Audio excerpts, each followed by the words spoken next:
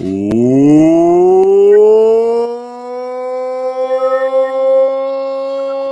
to the Dynasty Vipers ViperCast. This is episode 29, and there was a little bit of delay because Periscope needed me to give it authority to record for us. We are breaking down the week that was and heading into week 13 as we get ready for your fantasy playoffs. With me, as always, we got Calvin and Hobby and JM Thrive PT. The PT is important because he's better than Sleeper. Calvin, what do you got? Let's get us going while I go get this link out to the people.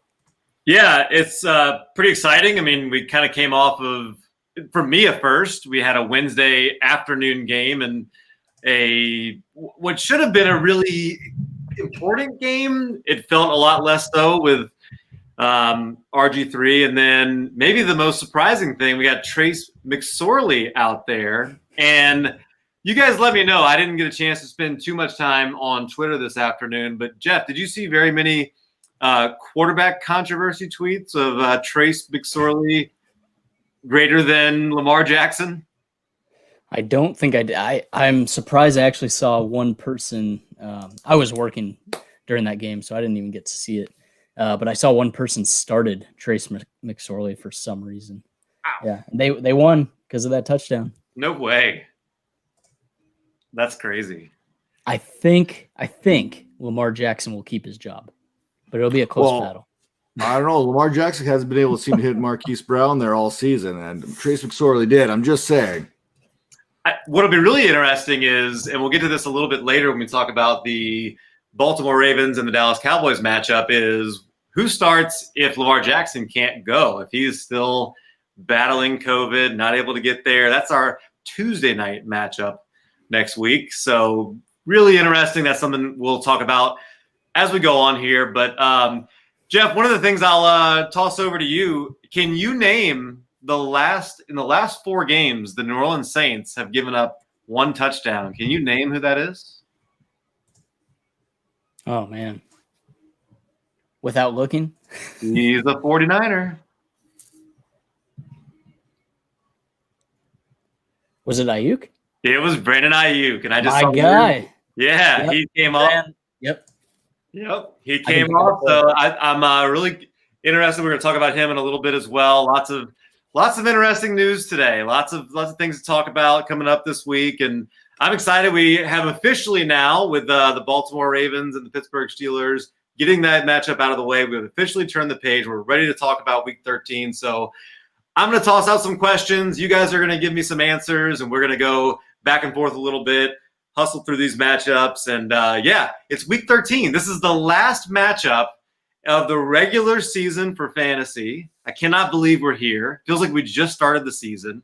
We're already finishing up the regular season. Hopefully, a lot of you guys have either punched your tickets, or we're going to talk about some things that you can do for rebuilding for next year. We'll talk about that a little bit as well. And as always, you guys that are in here, get in the comments, get us some questions. We're going to answer those between the games. We're going to talk about whatever you guys want to talk about between it. You know what? If you got a question about like how Jeff stays so fit and in shape, and or you want to ask Matt how he does that with the rat that's living on his face, ask those kind of questions too. We're looking for any kind of questions that you have.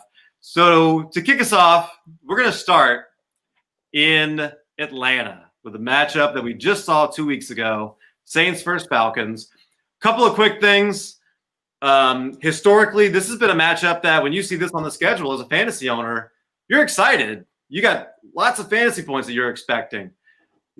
Not really looking that way right now. We got a lot of injuries that I want you to touch on here, Jeff. Looks like Laquan Treadwell even could get some run in this game. That's how bad things are in Atlanta. As I just mentioned, 1 touchdown allowed in the last 4 games, and New Orleans defense looks really good. Saints offense, look, as a Saints fan, you see my Steve Gleason jersey here in the back. The Saints looked awful last week. The offense looked terrible. A lot of questions about Michael Thomas, a lot of questions about Alvin Kamara.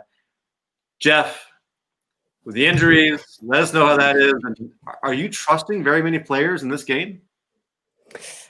Honestly, I'm not. And that's the hardest part, especially on the Saints side, because it's like how do you bench Michael Thomas or Alvin Kamara if you have them, you know? But man, Taysom Hill really drops their ceiling by a lot.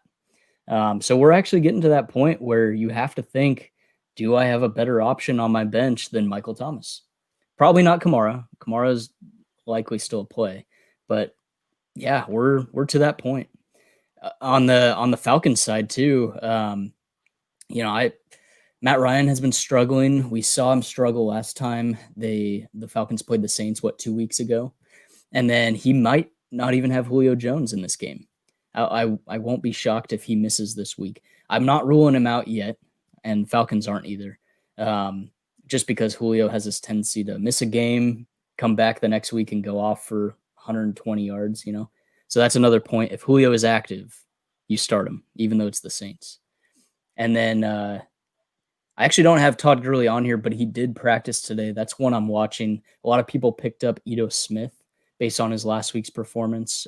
So that's one that I'm really monitoring. If Todd Gurley is out, Ito is at least worth a flex play, I think.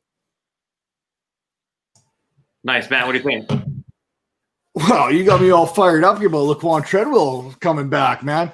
There's still hope that my prediction with him being I will be the first one to admit it, and I know I'm not alone. So everyone who's watching this, I know some of you are about to be lying about this. We had Laquan Treadwell as like a 101 in rookie drafts. I know I'm not the only one. I guarantee it. But it's not over. He still has a chance to live up to those expectations. Just saying. Corey Davis took a while. Laquan Treadwell may just be a slow learner, okay? It is a possibility. Man, I'm so much better at evaluating talent now than I was when that happened. Good Lord, was that horrible. Man, I think Atlanta's winning this game. I really do. I'm sorry, your Saints. I don't think they can keep up with the offense of the Falcons right now. That Taysom Hill, man, you're playing Denver, and Denver's got a better defense than what Atlanta has, but by golly, man, you got to throw for over 100 yards to win a game against an actual team. Like, the only reason that worked against Denver is their quarterback threw for only 20 yards. You know what I'm saying? Like, you have to have that balance. And right now, I'm not fearful of Michael Thomas running his slants. We got posed this question on another show here with Larry Monkey. Who would you rather? I think Nick Whalen actually posted it on Twitter.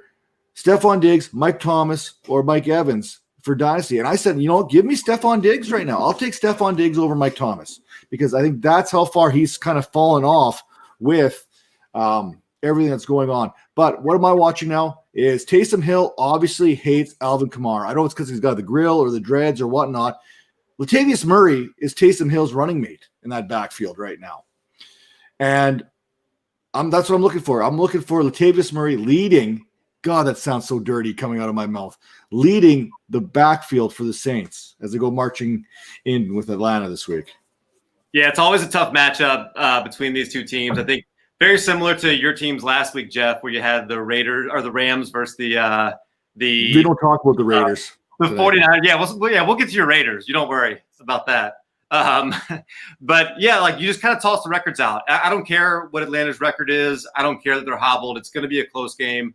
I will say this. I am not yet ready to come off of my Taysom Hill is the future quarterback in New Orleans thing yet.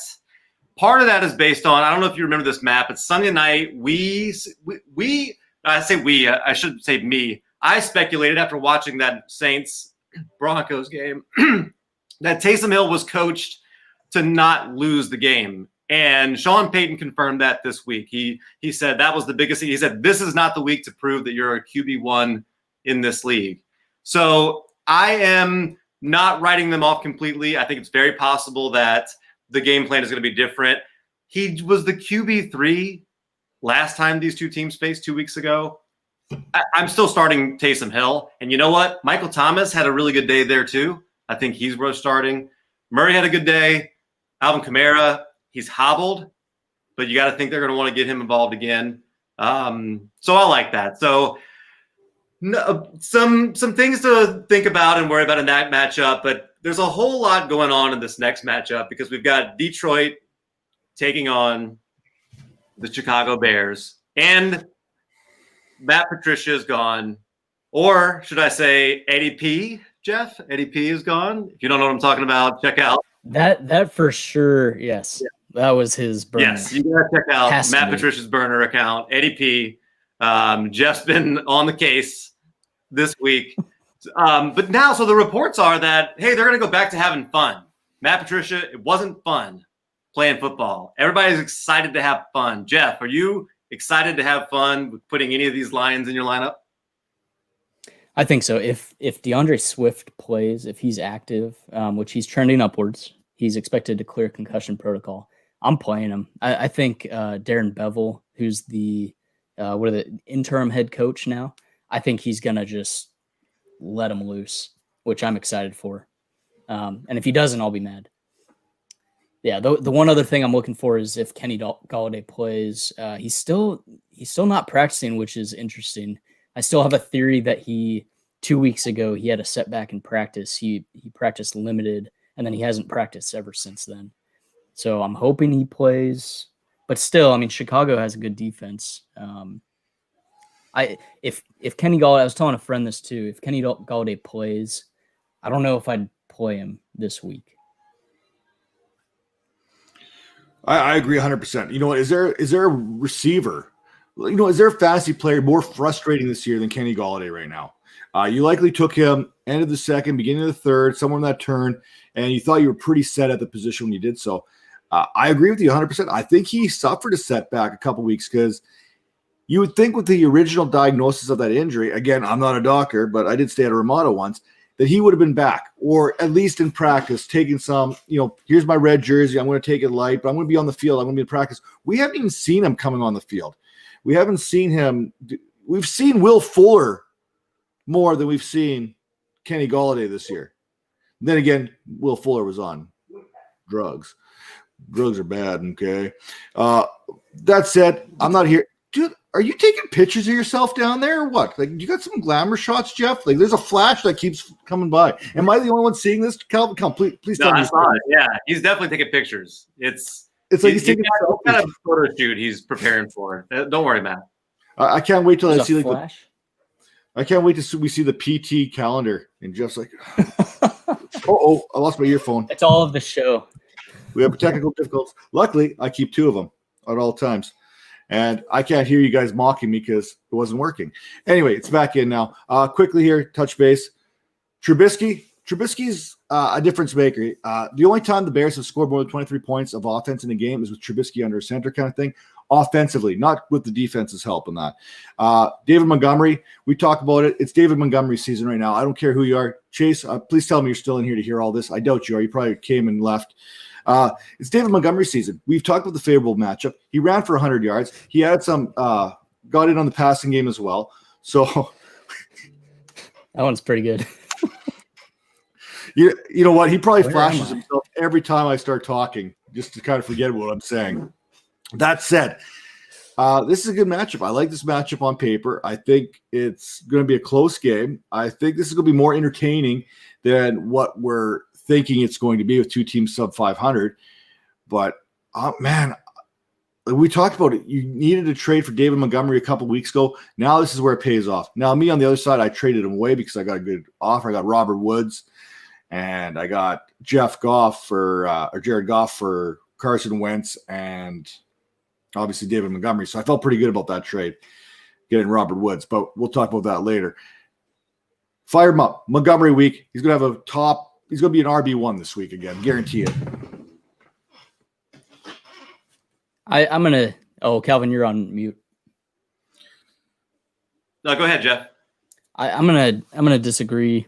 I think he's a safe running back too, just on volume alone. But last week was an outlier. He played Green Bay's defense, who's just everyone's running against Green Bay. I think this week's going to be a little different for Montgomery. Well, Green Bay's one player I think is one safe. last thing. No, one put. Go for it. No, I was just going to point out to your point there. I was just going to tell you, basically, Green Bay is like running back lube. You know, if you're struggling, you throw a little bit of Green Bay defense on you as a running back, and you're lubed up and you're ready to go. We call it slump buster shirt. Yep. Unlike the Lions, who are so stout against the running back position. No, they're not. And that's what we said last week going into this, is that he literally the three worst run defenses in the league were lined up right here for David Montgomery. And he looked good last week. He knocked one of them down. I'm expecting him to knock the next two down as well. Matt, I want to toss this next matchup to you. This is a fun one.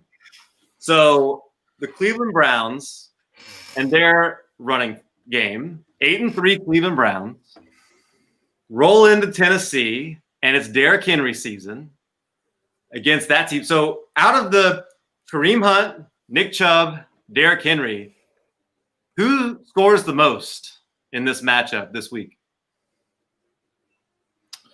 Slight advantage Derrick Henry on this one. Now, what I'm going to also say when we get talking here is this may be the only time that you may see an actual matchup throw for less passing yards than we've seen with Denver and New Orleans last week, because these teams can run the ball and they can run it hard. Like I said, I definitely think I'm taking Henry over Chubb, but I think it's close. If you got either one of them, you're firing them up no matter what. They're both elite running backs in this league, especially in your fantasy roster. Kareem Hunt, I'm pumping the brakes on him. Kareem Hunt worries me. They found Nick Chubb. They're feeding Nick Chubb, and Kareem Hunt is kind of filling that secondary running back role, not the 1A, 1B that we thought we were getting at one point this season. We're getting into December games. It's Nick Chubb time. You know what I mean? If it gets cold, you want a hard Chubb to hit those lines every single opportunity you get and shove that ball down everyone's throat. Jeff, what do you think? Yeah, that's a great point. And I looked back at the first couple of weeks where Chubb was healthy and Kareem Hunt was he was either outscoring or very closely scoring to Chubb, and it was mostly because of touchdowns. Without the touchdown, he wouldn't have been scoring very much, and that's what we're seeing. So I love that point. Plus, actually, Kareem Hunt is banged up. He's dealing with a thigh injury. They still expect him to play, but he's been limited as of today. And then on the other side, Jonnu Smith, he popped up with a new injury, a knee injury. He's been dealing with ankle injuries. I'm viewing Jonnu as no longer a safe tight end one. He's very touchdown dependent. I think you made a comment last week where, maybe he gets a couple receptions, 20 yards and a touchdown, he'd be worth playing, but you can't bank on that. Yeah, I agree. And I think just talking a little bit about the pass catchers in this one, it was really good to see Jarvis Landry get back on track last week, 11 targets. That was very nice. And A.J. Brown, man, I don't know if there's anybody better with the ball in his hands in the wide receiver position than A.J. Brown. He is awesome to watch. I really like that. Obviously, Terry McLaurin. Yeah, Terry McLaurin's pretty good too. Corey Davis, man, it's been great to see him, but I think it's put a lid on what Jonnu Smith has been doing. It's a great start to the season, but man, it's hard to trust him right now. If you've been using him, I mean, I guess you might have to. If you don't have, there's not a lot of options that's been coming out of the waiver wire, but yeah, it's been tough to watch him here recently. Okay, I want to talk a little bit about us getting robbed. This was week 13 was an opportunity where we were going to get the very first matchup of Joe Burrow versus Tua.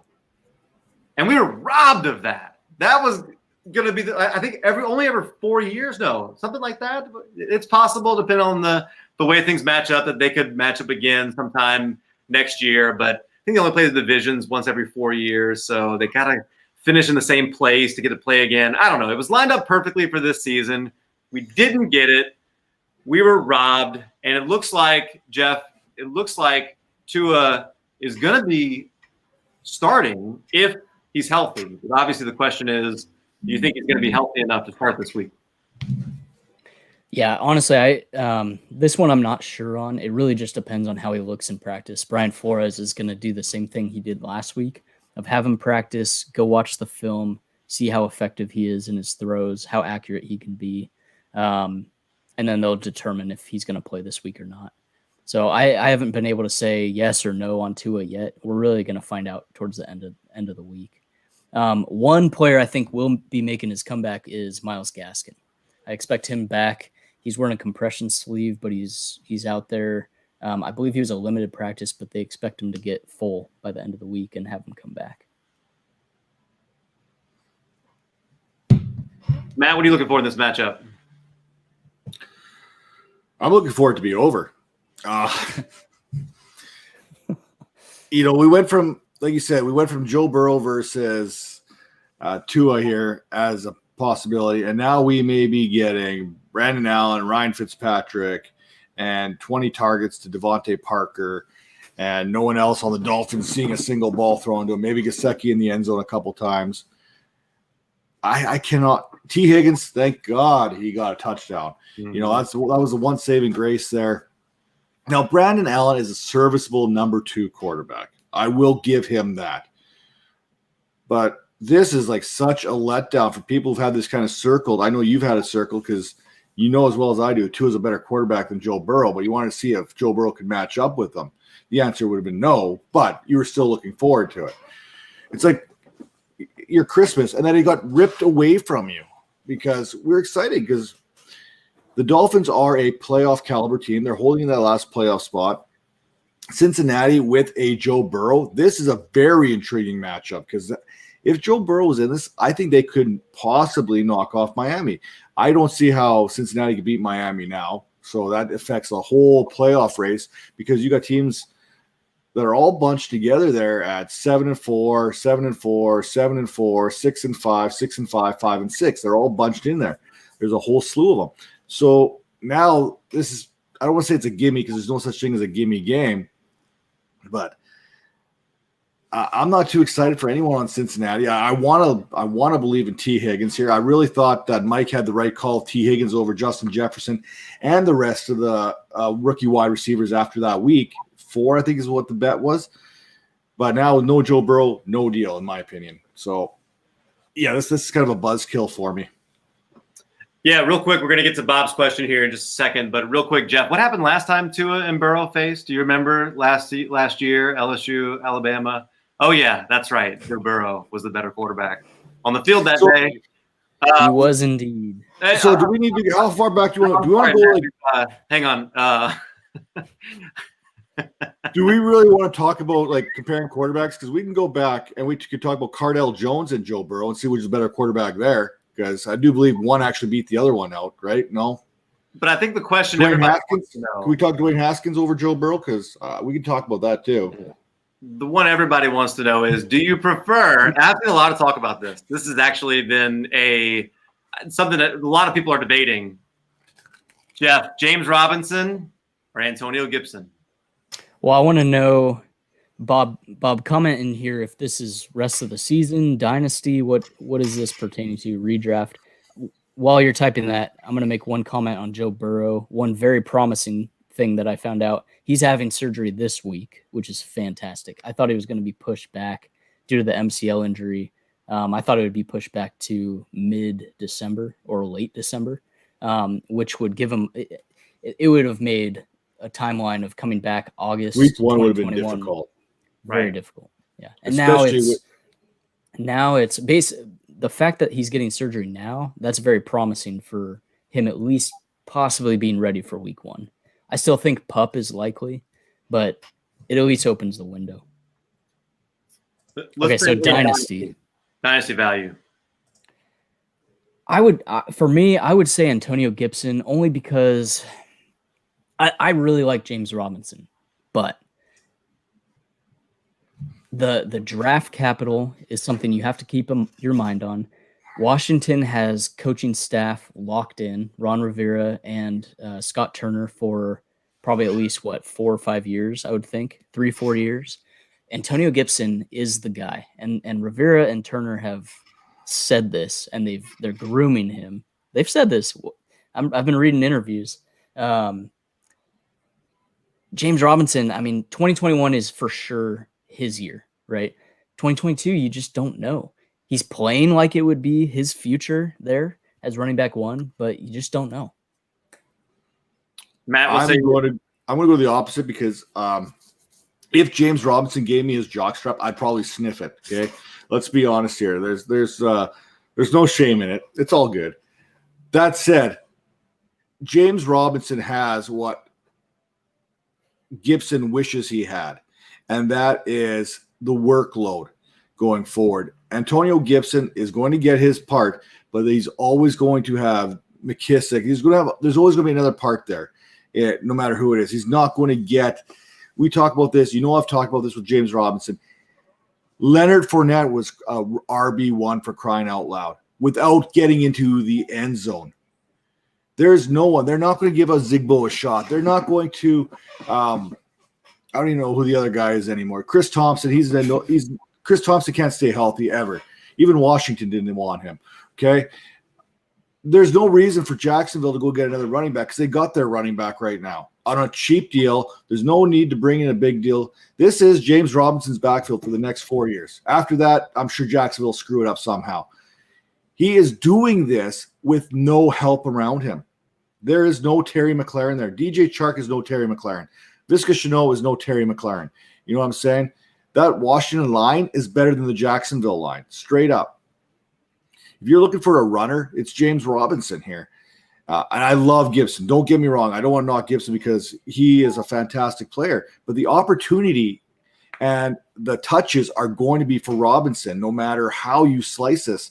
And I always feel that there's going to be a secondary running back playing some sort of part with Antonio Gibson no matter what. So I'm going to give Robinson. I'm not going to fault you either way. I don't think it's clear cut like it has to be Robinson. It has to be Gibson because PPR makes us a little bit closer, I think, going forward. But on the flip side, you still got guys like McKissick there that every once in a while are going to find 15 targets for crying out loud. There's nothing in Jacksonville stopping James Robinson for the next few years. Except for maybe this that Sean brings up, and I'll side with Jeff on this. And part of it is one of the things that hesitate you. Look, James Robinson, he's looked great. The only hesitation would be, remember Philip Lindsay. He's remained relevant, but that undrafted free agent, and ultimately they didn't feel settled, and they ultimately brought somebody in, even though he looked fantastic and he was great. Different coaching staff too. You wonder, could the same thing happen to James Robinson? I'm not saying it will, but I feel more safe and comfortable from a dynasty perspective of Gibson retaining his value. Now, how'd that work out though? How'd that work out replacing Lindsay? Well, how's Lindsay's fantasy value? He's been hurt. He's been hurt. He's the better back in Denver without a question right now. You want to throw draft capital? What about Bishop Sankey? We can play this game left, right, and center all day. You can argue both sides of this until you're blue in the face. You know what I'm saying? Well, you got Bob on your side at least. So you want to bring in the new coaching staff. You're bringing in a new quarterback next year too. A running quarterback that you're going to have a run play option with. Justin Fields is probably going to be that guy. So now you've got that in your running game. You know what? That brings up Robinson a little bit more. You're going to have that quarterback play.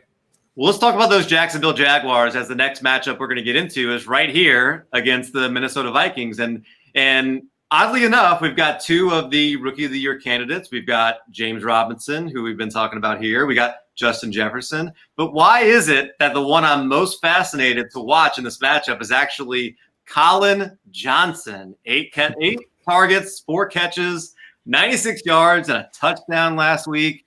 Right before kickoff, it was announced that he was going to start. He was a guy that I'd had my eyes on back in the offseason. So I went away immediately checking to make sure he was on my waiver wire. If he was a free agent, I was picking him up. If he's on your waiver wire in Dynasty Leagues, he's absolutely a guy that you need to stash. Matt, we talked enough about James Robinson. What do you think about the other rookie or anything else going on in this matchup? First off, there's no such thing as too much James Robinson. I think we're going to see a lot of running, both between Delvin Cook and Robinson. I think you're going to see close to 300 rushing yards thrown up in here. What I'm really interested in seeing is Adam Thielen.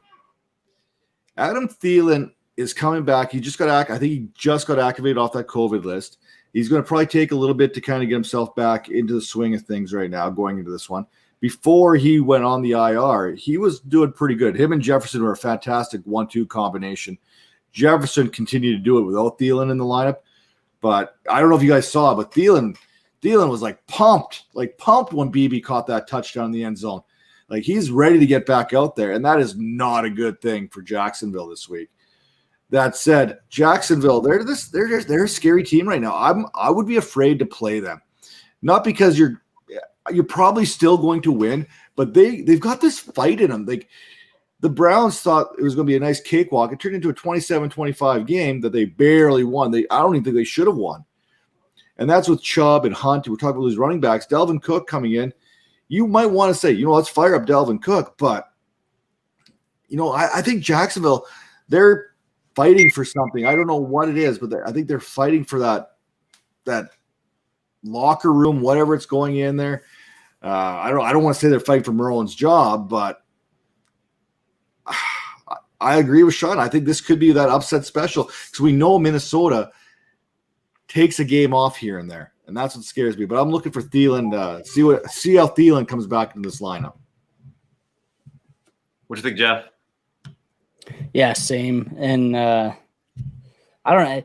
Part of me hopes that Jacksonville doesn't win this just because I want them to keep that 1-2 pick for Justin Fields. But yeah, I could see that happening. They would have to stop Dalvin Cook though, and I don't think they have the secondary to stop. If Kubiak decides to pass, I don't think they have the secondary to stop Thielen, even coming back from COVID, or Justin Jefferson. I do expect Dalvin Cook to play. He injured his ankle. He returned to week 12 and he looked decent. I don't have any long-term concerns about his ankle. The one I'm looking for in Jacksonville, and this might knock Colin Johnson off a little bit, is if DJ Chark returns. He did practice today, limited. He's still going to be a little limited with the rib injury. I wouldn't play him. I don't think. I'd have to have a pretty bad roster to play DJ Chark this week coming back.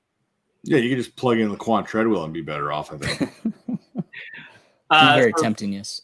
Yeah, speaking of offenses that might be better with Laquan Treadwell in their lineup, let's talk about the Las Vegas Raiders. And, Matt, I'm going to toss this one since, you have a lot to talk about, I'm sure. A lot to get off your chest after watching them go into Atlanta, put up a dud. What do you think? There's no way they lose to the Jets, right? Have you ever grabbed your nutsack and tried to pull it over your head? That was like watching the Raiders last week. There was times I literally wanted to pull it over. It was that painful to watch. I summed this up that I've had spinals to watch my knee surgery. I think the numbness, because Jeff, after you have a spinal, you're like numb for multiple hours. Like if you go in for the day surgery and get the anesthetic, you're back out of the surgery. You get that spinal, you're stuck in the hospital bed for like another 3 hours post-op, just sitting there with like completely numb, like feeling nowhere. That's how I felt watching the Raiders last week. I was completely numb everywhere. I literally probably could have pulled my nutsack over my head and not felt it. That's how much emotion was drained out of me watching it. That said, we want to talk about Dalvin Cook's ankle. I think Josh Jacobs avoided a serious ankle injury himself, and I believe he's going to be back in the lineup. But I think you're going to see a little bit more sprinkle of Booker into this lineup this week. And the Raiders, this is a slump buster game. They are going to be firing up. John Gruden is probably more petty than I am. He just got embarrassed by the Atlanta Falcons.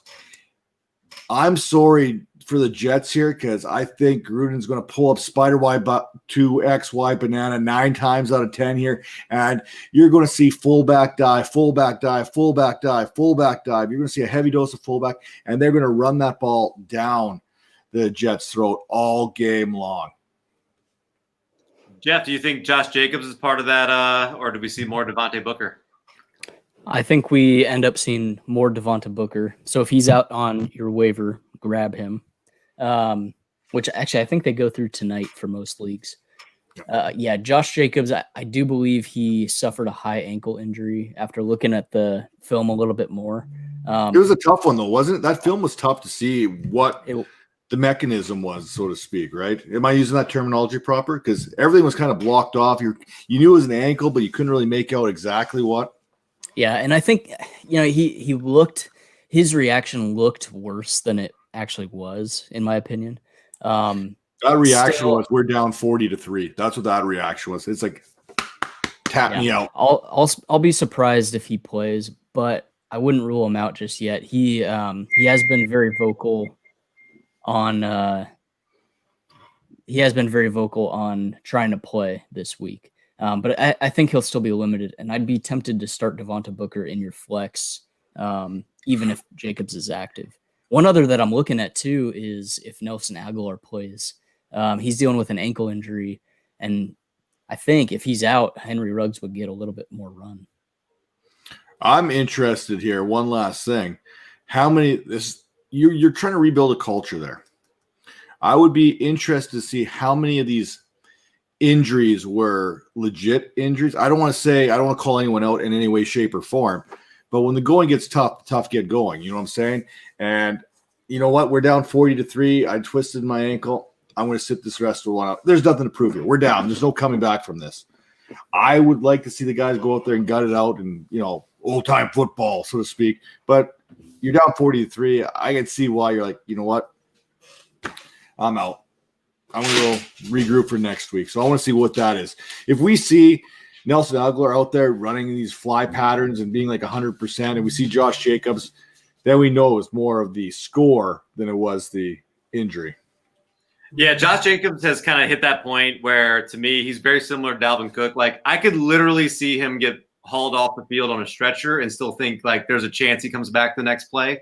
Like, that's happened so many times with Dalvin Cook this year. I feel like it's happened. Like, Josh Jacobs always seems like, oh, he's hurt. There's no way he's going to play next week. And then he always does and always seems to get a healthy workload. So at some point, it's got to catch up to him. I don't know. But I think there's a lot to look forward to, obviously, in this matchup. I hope your Raiders bounce back. I think 2 trips to the East Coast might be too many for the Raiders. That's definitely something to watch on that trip to the East Coast, because the Raiders do struggle going from west to east. And it would be – who the hell's got the egg timer going on? Oh, yeah, that's what is that me? Or is that – I don't know, man. I don't know. Let me see. While I check to see if that was me, let's jump over here to, Indianapolis versus Houston. I want to talk about – It's not Sean. Thanks, Sean. Hilton. So a lot of history. They tend to get trounced by T.Y. Hilton.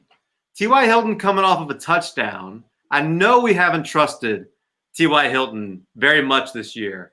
Is it possible that we could start trusting him and put him in our lineup against Houston this week? What do you think, Jeff? I'm not there yet. Not with Ty. He's looked so bad. Man, but it is Houston's secondary. That would be the only reason I would consider it.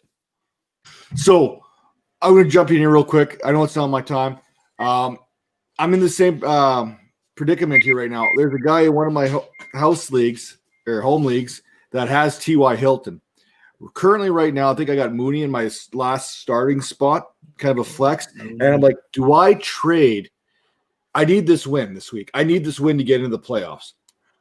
Do I trade anything to get T.Y. Hilton and put him in over Darnell Mooney? You know what I'm saying? That's where I'm at. So I can see where the hesitation. So I haven't pulled this trigger, but I know where you're coming from, because I don't want to trust T.Y. Hilton, because nothing good has happened when you've trusted T.Y. Hilton this year. Nothing good. Okay. When we were talking about Chicago, I had one more thing, and I wasn't going to add it, but if there is 1 week where you play Darnell Mooney, I think it's this week. Do you play him over T.Y. Hilton? I think I would. Man, even though it's a really nice matchup for T.Y. Hilton, Mooney has been open so much, and he's getting more time with Trubisky. It's Detroit. I think. And Trubisky did throw him those deep balls. The one got picked, but he went to him. Yeah, and I'm watching him. Little bias was showing there. I was specifically watching Darnell Mooney. I've been in the hashtag free Darnell Mooney clan for a while. Honestly, I think it's this week. I think he finally hits. Anyway, we're still not trusting T.Y. Hilton. Yeah, I'd love to see it. The biggest thing I'm looking for, though, is Kiki Cutie. He's definitely the guy, I think, with Will Fuller being out for the rest of the season. Did you guys see that Brian Cushing is the working for the Texans? Yeah, Ian Harris. I don't know. That doesn't make it. That's a very Texans thing to do. Or Isaiah Coulter. Which one? Coulter or Cutie? I love Coulter. Cootie maybe this year, but Coulter's a guy to keep an eye on that you want to stash because he may factor in week 16 or week 15 or whatever that looks like. I was huge on him coming out of the draft process, probably higher than most people. He went undrafted, I believe. Don't fact check me, but I'm pretty sure he was an undrafted free agent that I thought should have gone. I think I had a 5th round, 6th round grade on him. So I think he went in the 6th, maybe. I can't remember. That's why I said don't fact check me. Now you're going to go fact check me. Come on. I'm 5th. Wait, is this right? 5th round. Ooh. Yeah. So he's a 5th round guy. I had him in the 5th round, and I'm an information junkie, Matt. Good night, Bob. Appreciate you coming in. And I throw all kinds of information out there. Some is factual and some isn't. So I let you have to go do the extra work. We're just not going to fact check you. But one thing that you want people to start fact checking you about right now is the fact that you had Cam Akers as your number 1 running back. And all of a sudden in Los Angeles, he's starting to look like the guy. He had a great drive there, 67 yards and a touchdown in the 3rd quarter. Started to seem like he was coming on. I mean, he started looking the part. And I wonder if things kind of slowed down for him in the same way last week we saw with Jonathan Taylor, 2 weeks ago, I guess now, we saw with Jonathan Taylor, things lights start to come on for him a little bit. I think we're seeing that with Cam Akers. I think the Rams are playing pretty good ball, obviously, outside of that loss. Akers, you're right, Sean. Cam Akers. Are we starting to get to the point, though, where we're trusting Cam Akers, or are we giving it another week, Matt? I'm still giving him another week here. I think he's a big play waiting to happen, but I don't know if that big play is necessarily going to come. We've seen him. All his yards basically came on that one run, and then he was able to punch it in after the fact. Akers has the talent. His struggle coming out of college was questionably the vision that he had. He was basically I'm no doctor here again, but PTSD,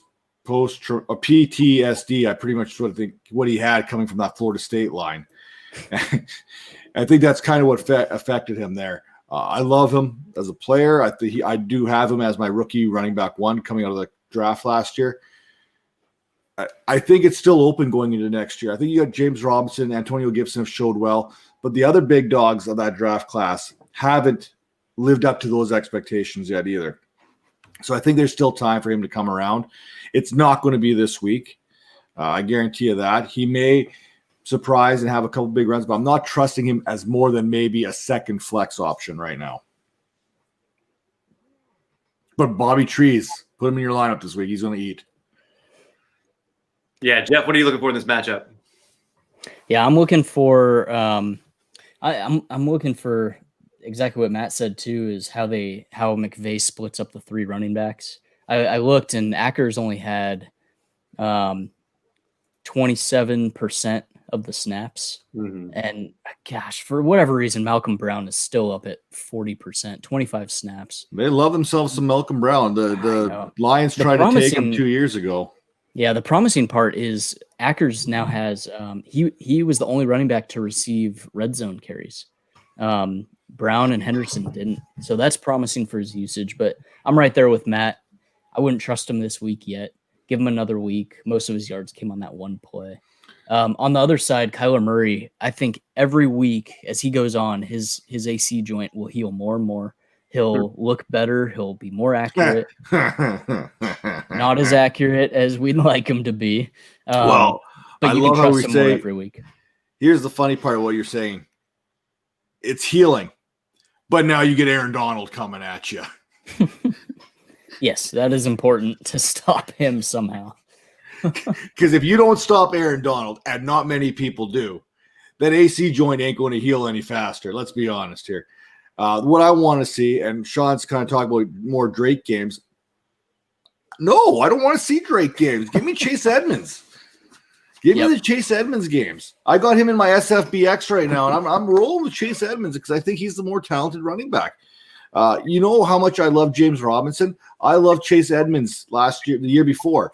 There's just something about the Fordham product that he produced at a small school, but he produced incredibly well that translates to the pro game. And I'm a big Edmonds guy. I'm Team Edmonds over Team Drake. So I want to see that continued usage. And you've seen when Arizona uses them, they have well. And let's not forget, Larry Fitzgerald will not be playing in this game. So they're going to need another pass option out of the slot. And Chase Edmonds can line up in the slot. Stop with your Isabella stuff. You and Chase, stop it. He's dead to me. I don't even recognize Andy Isabella anymore. I'm cutting him in my league tonight in waivers run. Done with Isabella. Hey, I do think actually Dan Arnold might not be a bad if you're struggling at tight end because of Larry Fitzgerald being out. That might not be a bad play there. But I want to believe in Drake. I want to believe in Edmonds. The Rams are number one in giving up fantasy points to the running back in terms of the best. They give the least amount of fantasy points. So tough week to trust either one of them, in my opinion, especially if they're sharing the backfield. Let's talk a little bit about the Giants and the Seahawks. Now, last week, I think you and I, Jeff, were on the same page that Chris Carson is one of those running backs like we talked about Jacobs, we talked about Dalvin Cook, where he's so tough. You expect if he's going to be ready to play that you're expecting he's going to give you a good game. He's going to handle the workload. That did not happen this past week. Is that Carlos Hyde and part of how he looked, or is Chris Carson still taking time to come back from the injury that he suffered a few weeks back?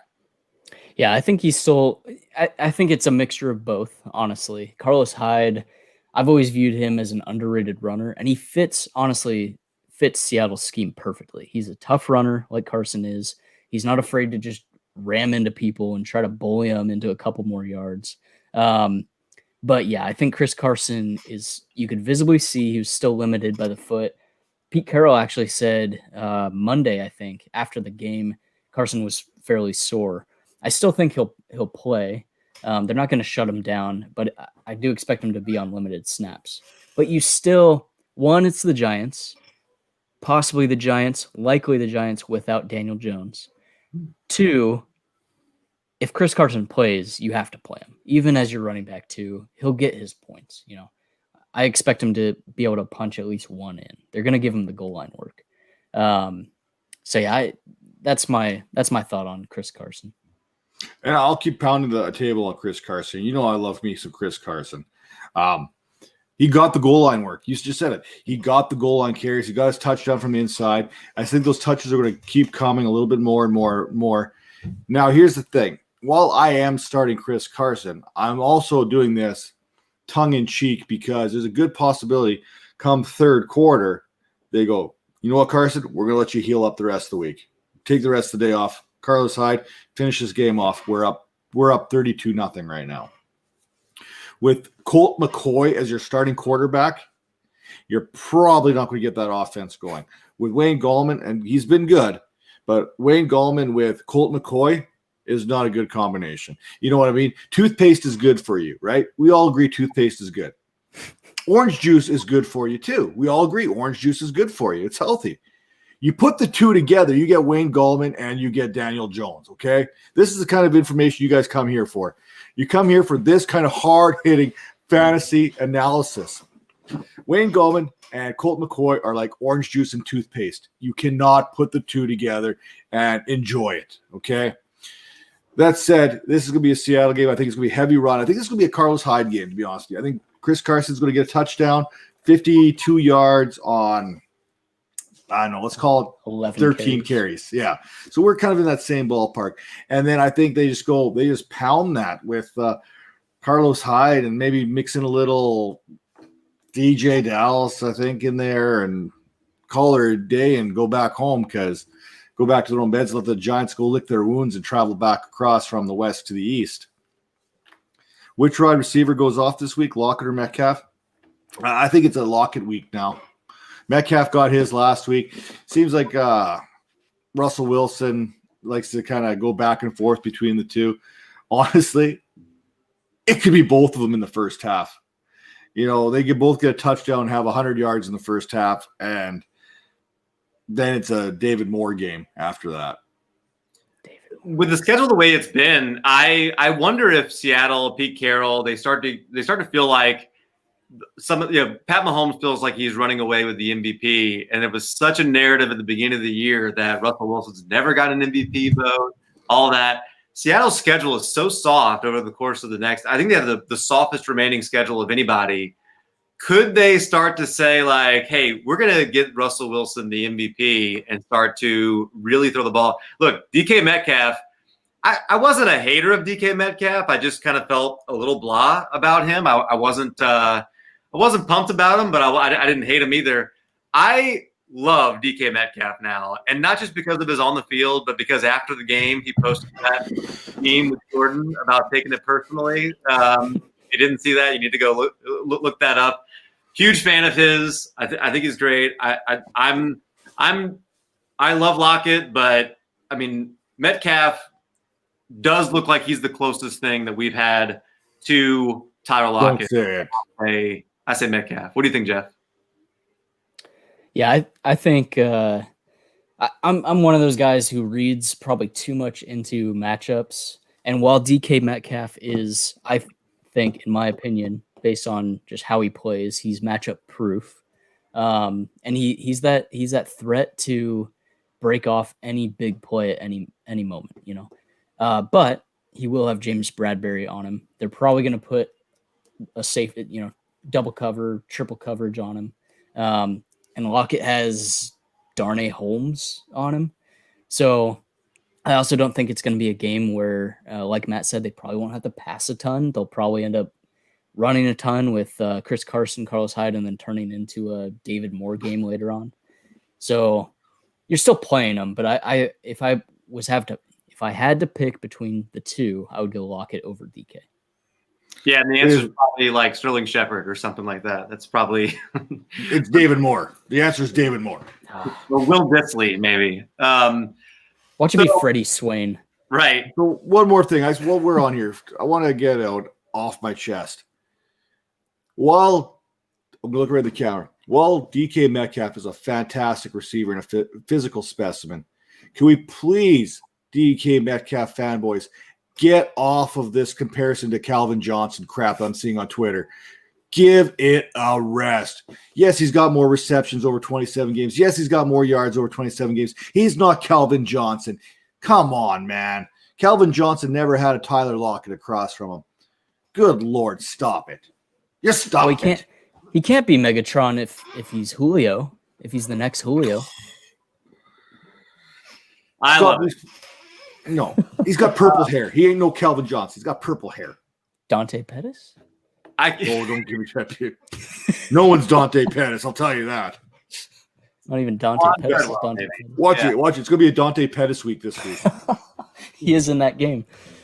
Oh, man. So we talked earlier about Green Bay's run defense and how bad they were. So, you start to look at their matchup this week. No, don't care. Not playing Sanders. Nope.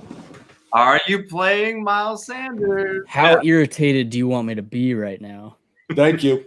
It takes a lot. It takes a lot to get me irritated. And Miles Sanders, it was like the first time on Twitter that I put a rant in a post. He had 8 touches. Someone said 8 rushes. Not even 8 rushes. 6 rushes. 2 catches. And the game was close. And you have a struggling...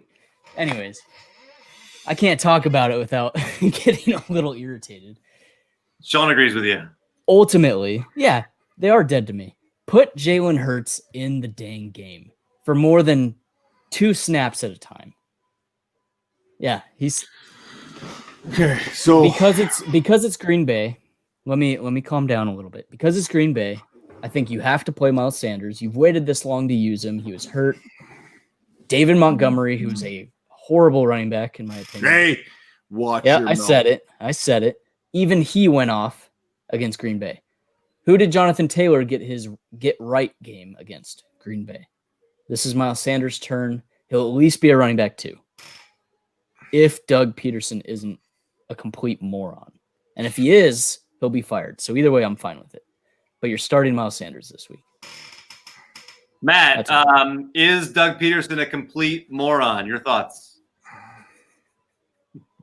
I'm just here so I don't get fined. I'm sorry I was a little harsh there. I feel Jeff on this one. Yeah. I went in to that Monday Night Football feeling pretty confident in my abilities to win my doubleheader. I was down by 2 points. 2 points. He had like 15 yards rushing and like 5 yards receiving or something ridiculous against a team he should easily have produced against. And now you want me to put him in my lineup against running back Lube, Green Bay Packers. Now, I do not fault Miles Sanders. This offensive line, if you caught my tweet, has been 10 different combinations through 11 games going into last week. There's no continuity in that run game. There's no continuity along that line. You might want to put Jalen Hurts in there. That's fine. He's a little more mobile of a quarterback, but it ain't going to solve their problems. It's that offensive line right now. And I know we want to bash, like Carson Wentz is on a historical regression over 3 years at the quarterback position. Someone actually put out some facts. Like you can fact check someone else. Don't fact check me. But now you put Zadarius Smith and Preston Smith, Esquire, against that line. And Carson Wentz, Jalen Hurts, I don't care who you are, it's not going to end well. Good news is Zach Ertz is coming back. Zach Ertz may be back. You may have that security blanket, Dallas Goedert, Zach Ertz. Does that keep the pressure off? Because, Philadelphia does use tight end screens in their offense. They do the quick hitters out to – stop it, Kyle. Stop talking about Rashawn Gary. Stop it. Just stop. They will use those tight end screens to take that pressure off. And that's – Calvin, how many times have you heard me? If there's pressure getting to your quarterback, you have to go to the screen game. But Doug Peterson seems to think he's smarter than everyone else and refuses to do so. Oh, did you see that Doug Peterson is contemplating giving up play calling duties? Yes. Good. Yeah. If he gives up play calling, put Miles Sanders back in your lineup. Mm-hmm. And he give up the play calling duties to Carson Wentz, and then Jalen Hurts can do the quarterbacking for that team? Is that how that can happen? Carson Wentz, everyone can bash Carson Wentz all they want. Carson Wentz is not the problem there. It's that line. Carson Wentz has a small part in it, don't get me wrong, but the way that line is, I don't think there's many quarterbacks that would have had success between the wide receivers that they've actually been able to put out there this year. They haven't had all their receivers healthy either. They've literally been running with practice squad guys, and now they're starting to get guys back in, but there's no continuity out there, even between the receivers and the quarterback, and then the line comes into place. It's a mess. The whole offense is a mess. So Boston Scott week incoming for all of you Miles Sanders fans. Moving on, Jeff, let's talk a little bit about the New England Patriots and the Los Angeles Chargers. So me and you, I know we talked a little bit last week about Austin Eckler and what we expected. Now, honestly, he was way more involved than either me or you thought. I kind of wonder if some of that was just game plan and how Buffalo kind of schemed to take away some of their weapons, things like that. And I don't know if they expected Austin Eckler to have 11 targets in that game. So, 11? No, he had 16. Oh, yeah, I'm sorry, 11 catches, 16 targets. Yeah. So he's taken away from some of the other options, taken away from, just what that team is doing overall. It was the worst game that we've seen from Justin Herbert all season. Now he gets to face the GOAT of taking on and making rookie quarterbacks look bad. Do we see the Chargers bounce back a little bit this week? Let me field this one first. First off, nobody going to make Justin Herbert look bad except Anthony Lynn. Why the hell are you taking the ball out of your quarterback's hands and running you with Joshua Kelly 3 times? Are you shitting me? You might as well take your fist and shove it right up my hoop. Seriously, that's basically what they tried to do. It was ridiculous. Justin Herbert, you've got Hunter Henry. You've got big play Mike Williams. You've got Keenan Allen, one of the best receivers in the game at getting separation. Why are you trying to run it with Josh Kelly? You're trying to outsmart yourself again. Seriously, Anthony Lynn, give your head a shake.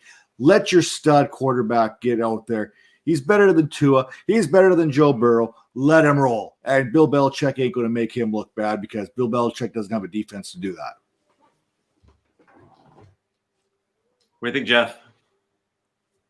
Yeah, I mean, you're still playing Justin Herbert, but if there is a team, if there is a defense as decimated as they have been, who can scheme to at least slow him down in this game, I think it's the Patriots.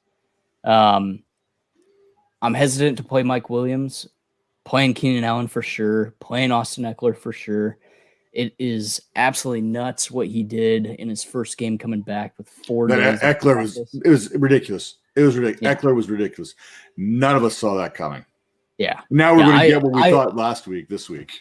Yeah, exactly. I thought he was going to get 8 to 10 carries and maybe 4 or 5 targets at most. And he ended up with, I don't even know how many carries, 72% of the snaps and 16 targets. So full workload. I hope he traded for Austin Eckler when he was hurt. My goodness. Oh, and N'Keal Harry is still a bust. Well, that's so funny you say that. In my notes, I've got, can we just be completely done with N'Keal Harry now? Like, is that something that we can just, do I have to hear about him all offseason about how this is the year going you are. You hang out with me. N'Keal Harry, he's Canadian. So I got to back my Canadian. He was born in Toronto, so I got to support him. He's still the best receiver on their team. I don't care what you say about Jacoby Myers. Jacoby Myers has had more than ample opportunity to do what he's doing. And I'm not fully convinced that he won't be the best receiver next year because they don't know how to scout receivers. It's not that he's good. It's just every other receiver they bring in is going to be bad. Yeah. I feel like there's 2 years of data that tells me he's not going to be the best receiver on that team any year. Their best receiver they've had in a recent memory, they drafted as a quarterback. Okay, let's be honest. So we're going to move on to the Sunday night matchup here. This is a really kind of an interesting game just because we're actually going to get a quarterback back in Denver, and you might have a team that's playing with a chip on their shoulder. Obviously, they have to go to Kansas City. Is there any chance that they muster up enough to a hoorah speech pregame that gets this team going and allows them to compete in here with the Chiefs? Philip Lindsay is most likely not playing, so they have 0 chance. Yeah, Sean agrees with you. All right, are they going to put Philip Lindsay back in at quarterback and hope for the best again? Seriously. There's no chance. Denver has no chance. Their defense would have to win this game by themselves entirely. 3 pick sixes, a couple scoop and scores maybe would help, I just don't see it. Yeah, and so Jerry Jeudy looks pretty good. I was a little concerned about the Achilles injury. That doesn't seem to be a concern. He's getting open like he needs to be. Just needs a quarterback to throw it. And you said they're getting a quarterback back. I debate that because all of their quarterbacks stink. What I'm looking for is what will CEH do this game, or will it be Le'Veon Bell this game? Yeah, it's interesting. This Denver team, honestly, I'm kind of excited about what this team can be in the future. I think it's going to be under a new coaching staff. It seems like this Denver. They asked if one of their coaches could be their quarterback last week? How do you even ask that question? Like, you can't do that. Like, the fact that they asked should have been reason to fire him right there. Like, man, Noah Fant. So back when I played football, we had player coaches where the players could actually coach. So back when I played football, that was perfectly allowed. Okay, let's be honest here. And Vic Fangio is kind of from my era there, so he's been in DC this whole time until he was a head coach. So maybe he just didn't know. Yeah, he needs to be fired. Then that settles it. There's no doubt. I love the question on this team, though, and I kind of think if they can add a quarterback in the offseason, which I feel like they've got to, there's a lot of pieces here. Hamler, Judy, Sutton, Fant, Lindsey. There's a lot of guys that could become very valuable next year. So make sure you're keeping an eye on them if you're rebuilding. Here's the thing. When we're talking about the Denver Broncos, the talent is there. I talked about this beginning of the season, that they were a team that scared me. If there was any growth in Drew Lock's quarterback progression, so to speak, they were going to be a dangerous team. You mentioned Sutton. You mentioned Judy. Hamler out there. Fant is out there. Melvin Gordon. Phillip Lindsay. Their line was pretty solid. Their defense is a good defense, too. Drew Lock cannot hit a target. And that's what it comes down to. So they go as Drew Lock goes. And we've seen, I said at the beginning of the season on this show, I said, if he cannot produce with the weapons he's got, and I don't care about Cortland Sutton right now, you don't use that as a crutch. You do not use Cortland Sutton not being in your lineup as a crutch. It hurts, yes, but you've still got Fant and Judy and Hamler. You've got offensive skilled players. Tim Patrick's been solid for him too. But this team goes as Drew Lock goes, and they ain't going nowhere. Ooh, man, I like Sean's idea here. Might be a good theme for Matt Stafford. I love that idea. I don't know if Stafford gets to leave Detroit, but yeah, if he does, it's be a good place for him. Honestly, from a fantasy perspective, I would just love to see Jameis Winston get a chance to come in here and sling it around. And I don't know if it's good for Denver, but I think it'd be good for fantasy if he got a chance to do that. So, but yeah, I think it's going to be an interesting Sunday night. Then we actually have a doubleheader on Monday night with two, honestly, from a real life NFL standpoint, very interesting matchups to me. The first one kicks off and we get Washington facing off against Pittsburgh. That's two of the better defenses in the league right there. We've got Terry McLaurin. We've got Gibson, who we talked about earlier. We got all those weapons there in Pittsburgh. But because of the defenses, Matt, I'll toss this one over to you. Because of the defenses, are we downgrading any or all of the offensive skill players in this game? No, I don't think so. You never downgrade Terry McLaurin. That's a no-no. You don't do that. He's a stud. He's a top 7 receiver in the game today. You got to put Gibson in as a flex at the very worst. Gibson has to be in your flex position. McKissick's definitely an option. Like I said, the pass rush gets there. Here's a key. Just happened in the game. Bud Dupree, done. Season. ACL, done. One less pass rusher out there. So now you've got TJ Watt you're putting your focus to. So they can dump and dink and play that game. Alex Smith loves to dump and dink. I'm with Sean here. I think this is an upset special here. I think Alex Smith, the legend, grows against Pittsburgh. Pittsburgh plays down to their competition. They always have. They always will. That's been the MO on them. Damn near lost me a game against, I can't even remember who they're playing. I took them as my pick 'em. Might have been Cincinnati. I can't remember who it was. It was a game that they should have easily blown out, but it was a lot closer that they might have gone to overtime. I can't even remember what it was. But I think this is a Washington upset special. Washington's playing good football right now. They're fighting for their division. Pittsburgh really has nothing but home field advantage that they're playing for at this point. They did not look that good against Baltimore, and Baltimore was missing a lot of pieces today. A lot of pieces. I think I'm firing up Terry McLaurin. I think Deontay Johnson on the other side, Claypool, you got to put them in. I think Washington's secondary is a little bit of a downer compared to that front. But I talked about the front end, Washington being as good as any in the league, and I think they're going to get that pressure on Big Ben this week. Jeff, what do you think?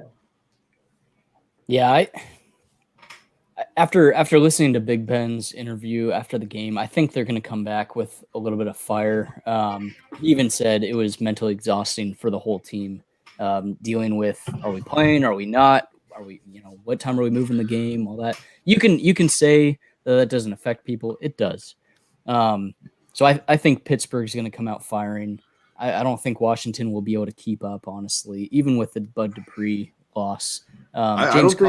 James Conner is expected back from the COVID list. But honestly, so I think Pittsburgh will win. I hope they lose for the sole reason of them not giving the ball more to Anthony McFarland. I don't think Pittsburgh's out of this COVID thing yet. I would not be surprised. I'm knocking on wood here right now. I wouldn't be surprised if we have one of those players test positive today or tomorrow post game, because they were just as – I won't say they're as bad as Baltimore was, but I think this was the kind of thing the league's like, okay, you know what? If someone tests positive, let's just kind of sweep it under here. We got to get this game in today. I honestly do. That's what I believe. You see, Baltimore had a coach and a practice squad guy test positive before this game. You barely heard about it. Yep. And they gave it the old dude. You don't think for a fact you have this many people in Baltimore testing positive. The Steelers were starting to come in later in the week with positive tests. You don't think there's another positive test out there that we don't know about right now? And you know what, James Conner, man, I hope you come back. I'll probably put you in my lineup again this week, and I'll probably regret it. But man, you just came back from cancer. You know what I mean? You're on the COVID list. It's not a good combination, man. And you cannot tell me. Here's my kicker. James Conner goes on the COVID list with COVID. You cannot tell me there was not a close contact somewhere along the way. Really? Really? In today's day and age, J.K. Dobbins and Mark Ingram, they both came down with it at the same time. Mm-hmm. No one hangs out James Conner? Really? Yeah. I think there's only, 5 days? Sean mentions here that perhaps James Conner's just a loner. Like, that's a good explanation. I like it, Sean. I don't get it. And I got no problem with that. I hate people too. Leave me alone. I get it. That'd be my stance. I'd rather hang out with the dog. You know what I'm saying? And he's right. It is a short week for the Steelers and a lot of rest for Washington. I mean, they didn't play. They played last Thursday, so it's going to be a full week and a half. So I mean, I think you guys are right. I mean, that's the way Pittsburgh plays. I mean, this is the tough time of year. Now they're at home. If this was on the road in Washington, I would say, yeah, Washington's winning this game. But I don't know. That Pittsburgh team is pretty special right now. It was a tough week, tough circumstances. I want to give them a pass on what we saw today out of them, because pretty unprecedented to do what they had to do. So a team that's actually, coming off their bye and played really well last week is Jeff's very own San Francisco 49ers. Last week, knocked off a division leader in the Rams, and now another division leader comes into town, and they get to face Josh Allen and the Buffalo Bills. Jeff, take it away. What are you expecting from your home team? I'm in that mixed bag where do you stay competitive, or do you kind of hope they lose and get a better draft pick? Because I don't think Jimmy G. I'm a terrible fan, I know. I don't think Jimmy G's the answer, even though Kyle Shanahan said, "Oh, he's our guy." Well, he has to say that to boost some trade value. I was kind of hoping they would get a draft pick to be able to get like Mac Jones or somebody. So obviously, I hope we win. I'm okay with if we lose. I'm excited to see Brandon Ayuk come back. He's off COVID list, and he'll play. I think we'll see Raheem Mostert's snaps and touches go up as well. He looked like his normal self last game. Shanahan limited him, I want to say, to like 12 rushes or something like that. So yeah, that's the big thing I'm looking at. And then on the flip side for Buffalo, they I think you've mentioned this before, Matt. They just look different when John Brown isn't in the game and he's on IR. I think Gabriel Davis is a great wide receiver. He just doesn't affect the game. He doesn't affect the field as much as John Doesn't Brown take the top off. John Brown takes the top off of defense. That's the big thing. I think Josh Allen is getting about 8 to 9 points more PPR points per game with John Brown. And here's the real kicker. Stephon Diggs actually gets more points per game PPR with John Brown in the lineup. The real winner is Cole Beasley when John Brown's not there. Really interesting. My biggest thing I want to see is can Zach Moss make any headway in that backfield, because he really has had a hard time overtaking Devin Singletary. And that was something I think a lot of people just expected to just happen automatically. Now, I'm staying away from that backfield altogether because Josh Allen's going to vulture touchdowns. There's just not enough. And then if Moss and Singletary are going to be splitting carries the way they have been, there's just no way I'm really interested in them. The other backfield in this matchup is a little bit of a mystery too. Do you think Raheem Mostert is kind of healthy enough to take on a full role? I think he is. The question mark will be, will Kyle Shanahan let him? I think he has a very specific role planned for Jerick McKinnon. Jet. He likes him, even though he doesn't look the best. He's not as explosive as he used to be. He likes using Jet, and honestly, he likes using Jeff Wilson too. So I do think we'll see Raheem Mostert's touches go up, but it's not going to be what you see Alvin Kamara doing, or I shouldn't even say Kamara anymore. Dalvin Cook or Christian McCaffrey, any of those top end guys. But he's efficient enough. The run game is good enough to where he can do a lot of damage with 15, 16 touches. We talk about coaches that think they're smarter than us. Kyle Shanahan might actually be smarter than the rest of us when it comes to scheming and offense. That said, Deebo Samuel will probably lead the team in rushing yards this week. You know what I'm saying? It's just one of those things. Like, Deebo came off the IR and absolutely balled out last week on my bench in multiple leagues. Not making that mistake again. Sorry, 49ers fans. That means he's going to be having a bad game because I'm putting him in my lineup again. I agree. Mostert is a start here for the 49ers. I think he's the bell cow back. They're going to get him going in. It was kind of like a little test run. But you're going to see a little sprinkle of Jeffrey. You're going to see a sprinkle of Jet McKinnon there. McKinnon's going to get 5 touches. 2 runs, 3 receptions type thing. Wilson's going to get probably another 6 or 7 touches himself. Mostert's probably going to have to do what he does best to make the most out of nothing, because he's probably only going to get the ball 12, 13 times himself as well, right? This is kind of how they operate. Yeah, we won't go to the Super Bowl either. He's good until 28. He's good until it's about 28-3, and then things fall off. On the flip side, I love myself some Stephon Diggs. I do not think that Sherman is going to have any opportunity to cover Stephon Diggs. That's just a matchup disadvantage. It's not because Sherman's bad. It's because Diggs is that good of a route runner, and he gets in and out of those cuts. And I don't think you can play zone against someone like Diggs. Like, I know the 49ers and Sherman especially have always played that kind of cover 3, been really good at that. Well, guys like Cole Beasley and Stephon Diggs, and if John Brown was in the lineup, you can't play that cover 3 because that actually suits best to them and how they run their game. You have to play man up because they're smaller receivers.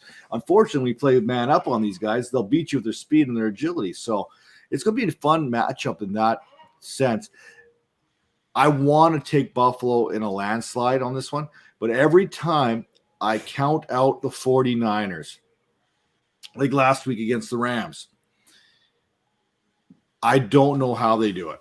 I really don't. In my opinion, they had no right being in that game, but they won it. They were the better team, and they definitely looked better than the Rams did.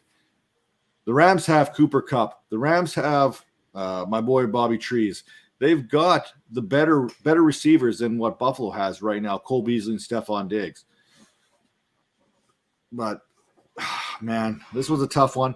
But I think you got to fire up everyone that you normally would fire up in this matchup. I don't think we talk about Buffalo. Buffalo's horrible run defense. They're a horrible pass defense. Fire up. Did you say Ayuk was coming back this week too? Yep. So, yeah. Ayuk's going to be in there. Deebo Samuel. I'm taking the 49ers win this. Screw it. They're in. On Buffalo's end too, I've been looking at all the trends, the snap counts, touches. I in one league I drafted Zach Moss in early or mid second, and I actually hit reset and just shipped him off for an early to mid 2021 second. And I'm just hitting reset on that. Yeah, I'm doing the same thing with AJ Dillon. That's another guy that I drafted in the second round of a couple leagues, and he has not had the opportunity. And I don't know that he's gonna get the opportunity. I'm not sure, but somebody is gonna get an opportunity on Tuesday night for the first time in a very, I guess we had one earlier this year, but Tuesday night game, Tuesday night football. It's gonna be a really interesting week next week. I don't know if you guys realize, we'll have Monday. We'll have Sunday, Monday, Tuesday, Thursday, Sunday. We're not far away from getting Saturday games. This thing is going to get really weird. We're going to have football every single day at some point, which, hey, I'm here for it. Let's just have a different game on that can be prime time, and we can watch it that way. But let's talk about the prime time matchup against the Dallas Cowboys, Baltimore Ravens. Maybe they get Lamar Jackson back. But I want to talk about this in terms of like a slump buster. We haven't talked much about that. Every single player on both these rosters are in need of a slump buster. Marquise Brown had a long touchdown today, but I don't know that you can say you were really excited about Marquise Brown and what he did in this matchup. Yeah, you like the touchdown, but none of it looks good on the Baltimore side. I want to look at Lamar Jackson, who hasn't been the capital letters Lamar Jackson. Ezekiel Elliott, man, he has really come way down to earth, looked really good with Dak there, has not looked near as good without Dak there. CeeDee Lamb, Amari Cooper, Michael Gallup, you got B-Movie Brown, you've got a bunch of people here that are in need of a slump buster. Does anybody get off the schneid and give us a good game that we can be confident in and come back in a matchup where we need some points going into Tuesday night? So I'm glad you mentioned the Wednesday night football game, because this is going to get bumped out too. I guarantee you. Somehow this game will get bumped to Wednesday or something. I don't know what's going to go on. Baltimore's really messing with me. 2, why is Baltimore going to play on Tuesday? Why can't Pittsburgh play the Tuesday night game? The reason that this game's happening on Tuesday is because of Baltimore in the first place. Why do they get 6 days and the Steelers only get 5? You're going to hear about that on Steelers Twitter all week this week. Are you kidding me right now? And I actually, you know what? I don't blame Steelers Twitter. Why do the Ravens get an extra day? Why does Lamar Jackson get another day to be actually into this game? If this game's played on Monday night, I don't think Lamar Jackson's eligible to play. Jeff, can you confirm that? Like, if this game's on a Monday, I don't know if they play this game. Yeah, I mean, I don't know about that part. I'm not in the build speculation, but I know with the COVID guidelines, it seems like they're giving Lamar Jackson as much time as he possibly can to return. Whoa. Heyo. I'm putting my conspiracy hat on right now. My conspiracy hat. Are you kidding me? Whoa, we just had a bump up in 12. Like, there's 10 people now jumped in on our stream here as we're talking. Yeah, that might it's Steelers Twitter coming in. It's Steelers conspiracy Twitter. They heard it. It's Steelers conspiracy Twitter joining us right now. And they have every right to be pissed off. They do. I'm sorry. The Ravens game should be on the Monday night. It should be, it should be the Monday afternoon game. I don't care how you want to do it. You flex the Washington-Pittsburgh game, and you play Dallas and Baltimore in the early game, and San Francisco-Buffalo in the late game. Yeah. Yeah. You're right. It is money. No one wants to watch Trace McSorley play again. No one wants to watch Trace McSorley play. Let's be honest. Although he did find Marquise Brown, something Lamar Jackson hasn't been able to do all year. Yeah. One thing I'm really looking forward to, and I really hope that the Ravens give him this shot. I think J.K. Dobbins is going to come in fired up because he's going to want to prove, 1, he's coming back from COVID. 2, he's going to want to prove that he's the better Ohio State running back, better than Zeke. He's going to come in fired up. That's the one thing prediction. Bold prediction. Dallas wins this game. I mentioned the numbers with Dak and without Dak. Ezekiel Elliott, 22.7 fantasy points per game with Dak Prescott, 10.6 fantasy points per game. PPR, 10.6 for Ezekiel Elliott without. That's been since week 5. If you've had him in your lineup, you have had a below average running back. That is not good. But is that a buying opportunity? We expect Dak to be back as quarterback next year, right? Is that a buying opportunity? Is this a time where you want to take a look at Zeke and make an offer for him if you are not in the playoffs? I don't think I'm making that offer myself because I don't think that price has come down enough for me to do it. I'm not willing to pay. I've always been a believer in you trade for receivers, you draft running backs. That's just kind of how my motto has always been. I'm not going to pay a premium for Zeke. If it's a discount and someone's going to give him to me for like a second or maybe even a first, I'll pay a first for Zeke. But I don't think that price is going to be enough for me to go buying and shopping for him. Yeah, I would only do it if the price was low enough to where I would basically do it from this standpoint. Buy him now at a low price, bank on Dak coming back. He starts out hot next year. Right away. Exactly. So that's all the matchups that we have for week 13. So I'm going to toss out a couple of things to you guys just to get your reaction on. Here's some notes that I have that I didn't get to. We'll do just quick hot takes. Is Devin Duvernay the most valuable wide receiver in Baltimore and Dynasty going forward? Do you know I love Devin Duvernay? No, I didn't know that. Really? I don't know why. Yeah. I don't know why either. Yeah. I can't call him Hollywood Brown anymore. Marquise Brown is always open, right? So it's hard to say Devin Duvernay is better from a talent standpoint than Marquise Brown. He's not, realistically. Who would I rather root for? Devin Duvernay. Yeah, I mean, I almost feel like he's the kind of guy that, if you're talking about trade, I mean, who's trading for Marquise Brown right now? Nobody. Anybody who has Marquise Brown wants to get rid of him. They're hoping that the touchdown tonight, they can sell him. But Devin Duvernay, hey, that's a stock that's one of those penny stocks that you could have that could rise in value. Another one that this is just one more wide receiver that I want you to stash, and then I'll give you the floor. Auden Tate just went to IR. He is next season. He's going to be the wide receiver 3 on that team. There's going to be Higgins, there's going to be Boyd, and then there's going to be Auden Tate. They're not investing in a wide receiver this offseason. AJ Green's not going to be there. John Ross is not going to be there. They're investing in offensive line and they're investing in defense. They're not going out to sign another one. He's going to be the wide receiver 3 on a team that's going to pass the ball a ton with Joe Burrow. Auden Tate is going to be basically on your waiver wire. You can stick him on the back end of your dynasty roster, especially in deep leagues. That's a guy.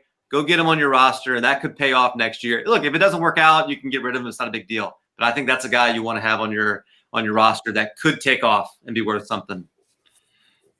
Okay. I ain't touching no one on the Ravens. You could get no. I'm not even gonna go. I'm not even gonna go with the vulgar comment that I was thinking about on this one.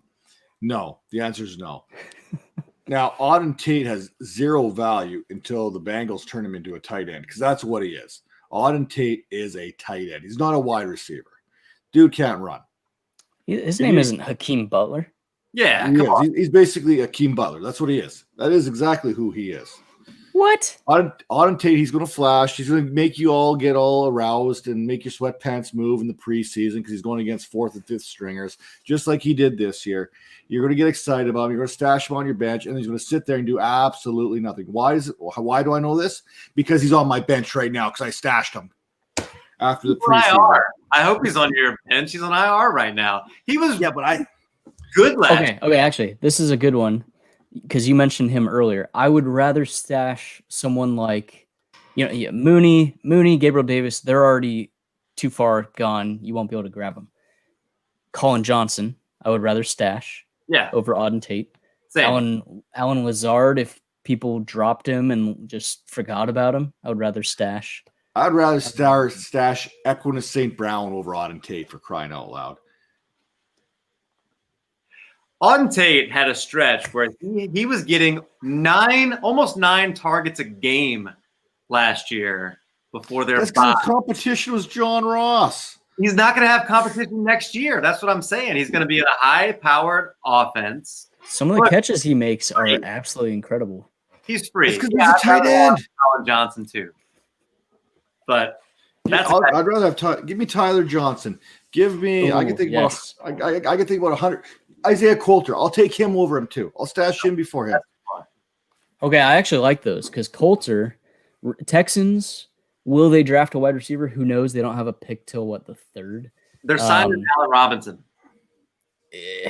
Maybe. Stop it. That's my dream right there. They hire Joe Brady and they sign Allen Robinson. But Tyler Johnson, Chris Godwin, I wouldn't be surprised if he moves on. If Tampa Bay doesn't pay him, if they pay Antonio Brown or someone instead. So Tyler Johnson steps in. I like those two. Yeah, I like them too. Well, there we go. I have two added. Oh, of course, it's 1:30 or an hour. 30. Two more last things. Two more last things. Because they're on bye, they slip through. Christian McCaffrey is expected to, or I guess the hope is that he plays next week. Also, DJ Moore is he escaped devastating news. Treadwell over Tate.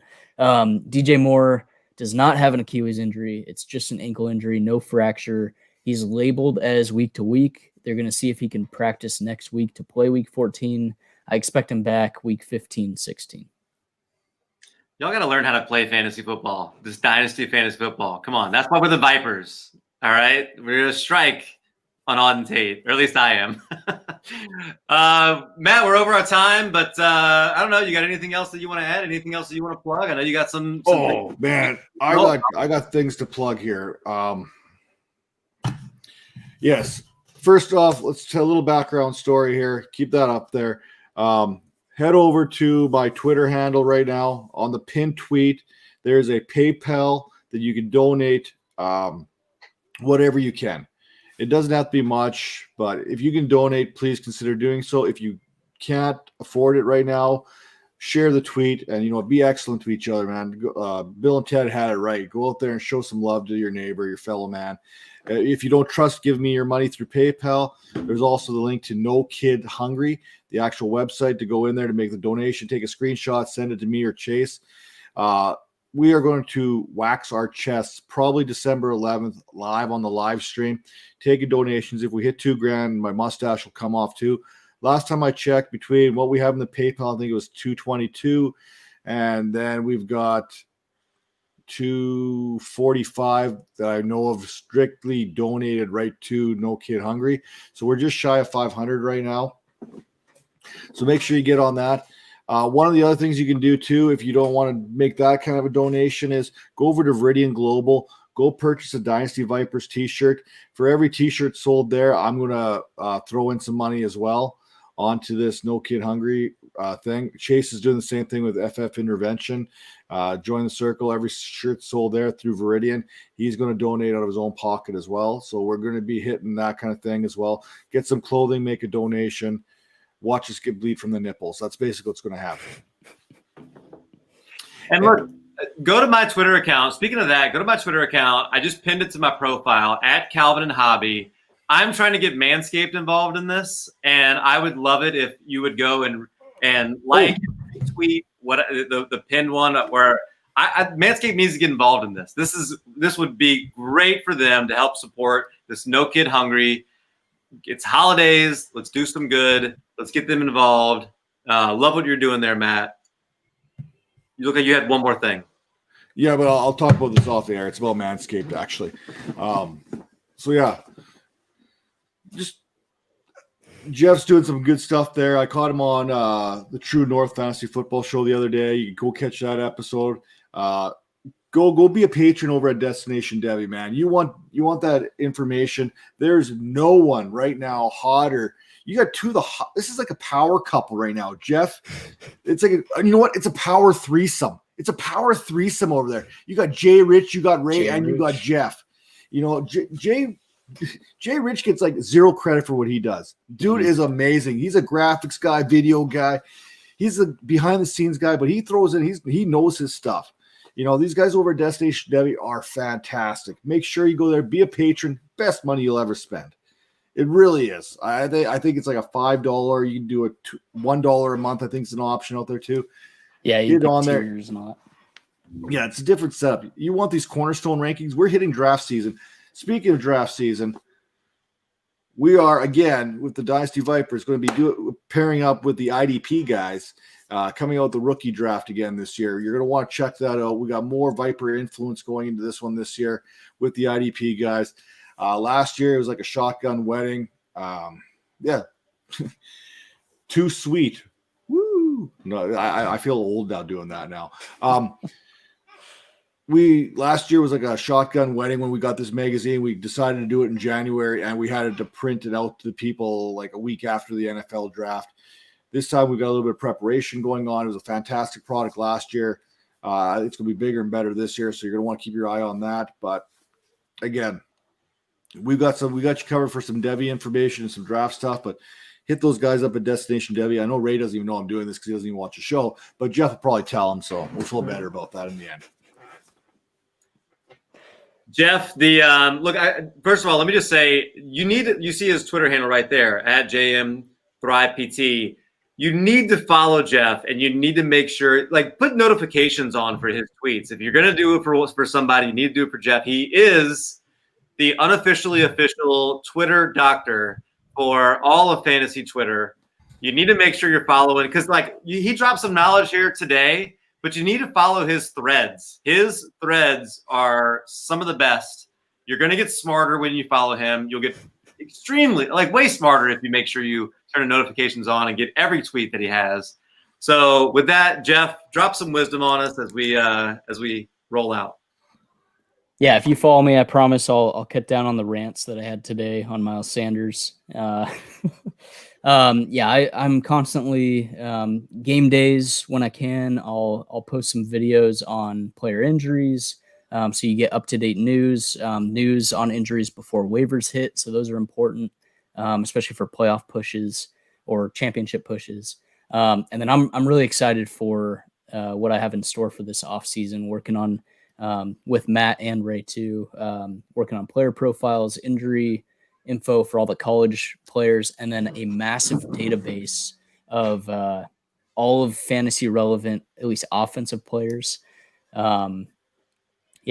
Past injuries, having a full database with that included. So I'm super excited on that. And as always, glad to have you guys both here with me on a Wednesday night. I know, and it's not just me. You guys always say that every week. Follow these guys too. Well, Jeff, who is better than sleeper, me, who is better when I'm sleeping. Matt, take it from here. I don't sleep. Let's be honest. I never sleep. We had a conference call till 2 a.m. last night. Yeah. I was up by about 4 a.m. getting ready. Well, I had to pee at 4 a.m. because I'm old. That's kind of what we do. So I was up by 4 a.m. With that all said, that seems like a perfect time to kind of cue this up, guys. We gone!